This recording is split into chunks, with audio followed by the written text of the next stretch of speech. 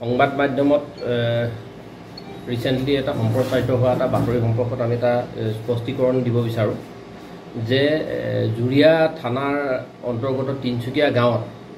যি দুই সম্পৰ্কীয় ককায়েক ভায়েক মাইনুল হক আৰু ইছাক আলী ফেমিলিৰ মাজত এটা ভূমিকেন্দ্ৰিক বিবাদ, বিশেষকৈ ঘৰ বনোৱা লৈ পেলাই যিটো এটা বিবাদ এটা চলি আছে, এইটো বহুত পুৰণা বিবাদ। প্ৰায় 2008-09 চনৰ পৰাই এইটো বিবাদটো চলি আহিছে আৰু এই বিবাদৰ সূত্ৰপাততে আজি দুই পাৰ্টিৰ মাজত এটা মাৰপিটৰ ঘটনা এটা সংঘটিত হয়। আৰু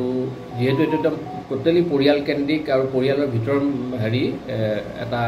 সংঘাত, ইয়াত ধৰক কোনো ধৰণৰ পলিটিকেল ধৰি লওক এংগল নাই বা ইয়াতে কোনো ধৰণৰ ৰাজনৈতিক অভিসন্ধি নাই। গতিকে আমি এইটোৱে ক'ব খোজোঁ যে এইটো টোটেলি এটা ব্যক্তিগত এটা কাজিয়া আৰু আমি অভিযোগ পাইছোঁ। আমি এতিয়া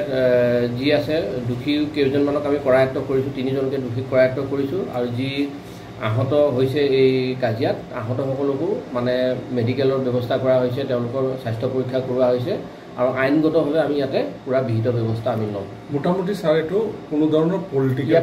পলিটিকেল কাজিয়া নহয়, কোনো দলগত বা ইলেকশ্যন নিৰ্বাচন ৰিলেটেড কোনো ধৰণৰ দলৰ কোনো পলিটিকেল পাৰ্টিৰ মাজত কোনো ধৰণৰ কাজিয়া নহয়। এইটো টোটেলি মানে এইটো এটা ওলাইছে, সেইটো হয়তো এটা উৰা বাতৰি নিচিনাকৈ হয়তো ওলাই আহিলে, কিন্তু মানে আমি এইটো স্পষ্টীকৰণ কৰি দিব খুজিছোঁ আপোনালোকক সকলোকে মাতি যে এইটো আচলতে আমি তদন্ত কৰিছোঁ, দুই পাৰ্টি আমি ষ্টেটমেণ্ট লৈছোঁ, সাক্ষীবাদী লৈছোঁ আৰু পুৰণা ৰেকৰ্ডো চাইছোঁ। এইটো এটা টোটেলি ভূমিকেন্দ্ৰিক বিবাদ আৰু এটা একদম ঘৰৰ মাজতে দুই ককাই ভাইৰ মাজত হোৱা এটা ঘৰ এটা বনোৱা লৈ পেলাই নতুনকৈ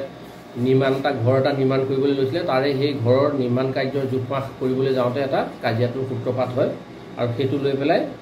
কেইবাজনো লোক এটা পৰিয়ালৰ কেইবাজনো লোক আহত হয় আৰু তেওঁলোকে এটা কেছ এটা অলৰেডি দিছে। আমি কেছৰ তদন্ত কৰিছোঁ আৰু প্ৰাথমিক পৰ্যায়ত যিটো তদন্ত কৰি আমি এটা কেছ ৰুজু কৰি আইনগতভাৱে আমি ইয়াতে বিহিত ব্যৱস্থা